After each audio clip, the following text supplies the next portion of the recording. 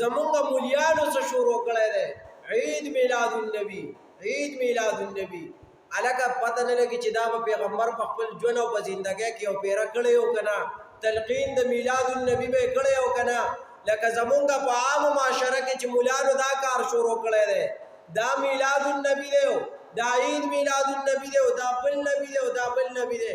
الکه دا همونږ چرته اسلام کې ونه لیدو قرآن کې د عید میلاد النبی ثبوت نشتا صحاح سته کې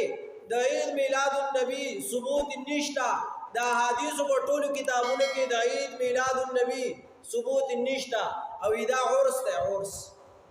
اصل کې واده ته ویل کېږي خوشاله ده نو پته نه لګي چې د دوی کال په کال ودونه کېږي کسې حساب دی نو دا دوی هغه کال په کال ودونه کوي او بیا عید میلاد النبی دی او بیا پکې شیعاګانو بل شی راایستی دی پری نایټ یو بل شی دی دا ډېر یو بد کار دی چې په هغې کې خلک ځي او هلته زیناونه کوي په دغه شپه کې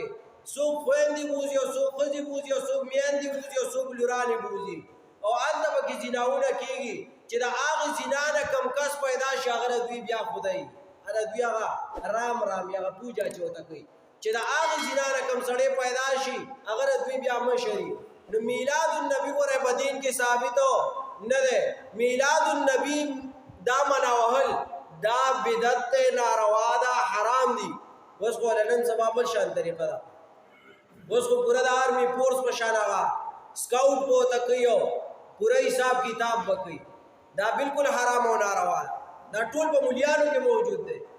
دا مولیان دا کارونه کوي میلاد النبی دا عوام نه کوي دا مولیانو کې دا مرض موجود دی بدعت چې راوباسي دا به چې د عامي سړی راونه باسي دا د علماو نه دا کار وران دی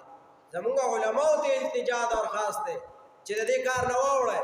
ځکه میلاد النبی ثابت نه دی او چې ثابت نه دی نو ته د کوم ځای نه کوې لکه زه به یو خبر وکړم میلاد النبی دا به یا فرضي یا به واجبي یا به سنتي یا به مستحبي دې څلورو کې به یوي ځکه چې دوی پکې ثواب ګڼي وي ثواب دی نو په دې څلورو کې به یوي که چېرته فرضي نصوص قطعیه وښي قرآن دلیل وښي که چېرته واجبي نو حدیث متواتر وښي او که چېرته سنت نو عام یو روایت کې وښي خبر واحد دی وښي خبر احاد باندې ثابت کی او که چېرته مستحب نو یو روایت خو ښایي کنه مستحب خو په حدیث سره ثابت دی چې ثواب پکې اوس یو کار مباح دی نو مباح ځان له شی دی کولو کې ثواب نشته او نه کولو کې ګناه نشته نو مباح خو د دوی وایي نه دوی ثواب دی پکې نو ثواب دپاره خو کم از کم د لاندې مرتبه د استحباب ضروري ده نو کم از کم دی یو معمولي غونده کې دلیل پکار دی د احادیثونه نو دې باندې هېڅ دلیل نشته لکه نن مونږ ته جو پروګرام لاندې مولانا حسین صاحب خبره کوله زمونږ ناظم چې دی ضلع منیر هغه وایي چې دلته زما یو بریلي سره خبر رالی دی یو مولا سره نو هغه ته ما وایي چې هلکه ته دا میلاد النبي کوې او دا شی کوې دا خو به په یو مرتبه کې که نه یو درجه کې خو وایي سنت وایي واجب وایي مستحب وایي ما ته وایي چې نه دا لکه هسې ثواب دی وي ډي سي صاحب ناست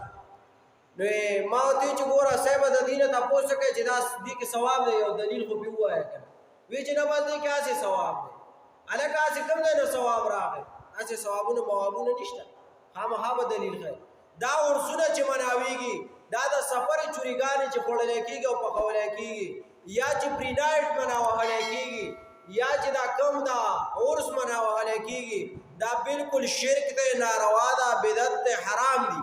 دې نه ځان ساتل پکار دي اوس هلته په عامو ورځو کې ځانه چوریګانې کوه که نه ته چا منع کړی د کال 12 میاشتې تېرې شي ته پکې یو سفر راټینګه کړي که چېرته دې مولیانو دا کار کو واحاطت به خطیئته او دې ګناه دا مولیان تر قیامته پورې راټینګ کړو تر مرګه پورې راټینګ کړو فاولئک اصحاب النار دغه خلک چې دا جهنمیان دي دا خلک په جهنم ته ځي نو ګوره دا موره چې ته وایې چې زه به د جهنم نه راوځم د جهنم نه راوته نشته ځکه الله وایي هم فیها خالدون دوی به په دې جهنم کې همیشه بیا بیا راوته نشته دی بیا بیا به ګوره څوک راوځي نه خو لیکن چا چې دا کار کړی دی هغه دې په سچه توبه وباسي ځکه نبي علیه السلام وایي ذنب لهم دا توبه استون کې هو دا سیده لکه د چلاړو دا ګناه کړی نه چاغلا کړی زنا کړی بل څه کار کړی میلاد النبی کړی چوری کړی دا سفر کې بل کار کړی پری نایټ لته د اوسه توبه باسي پسه چوان دي الله نبی علیه الصلاۃ والسلام هیڅ ګناه پې نشته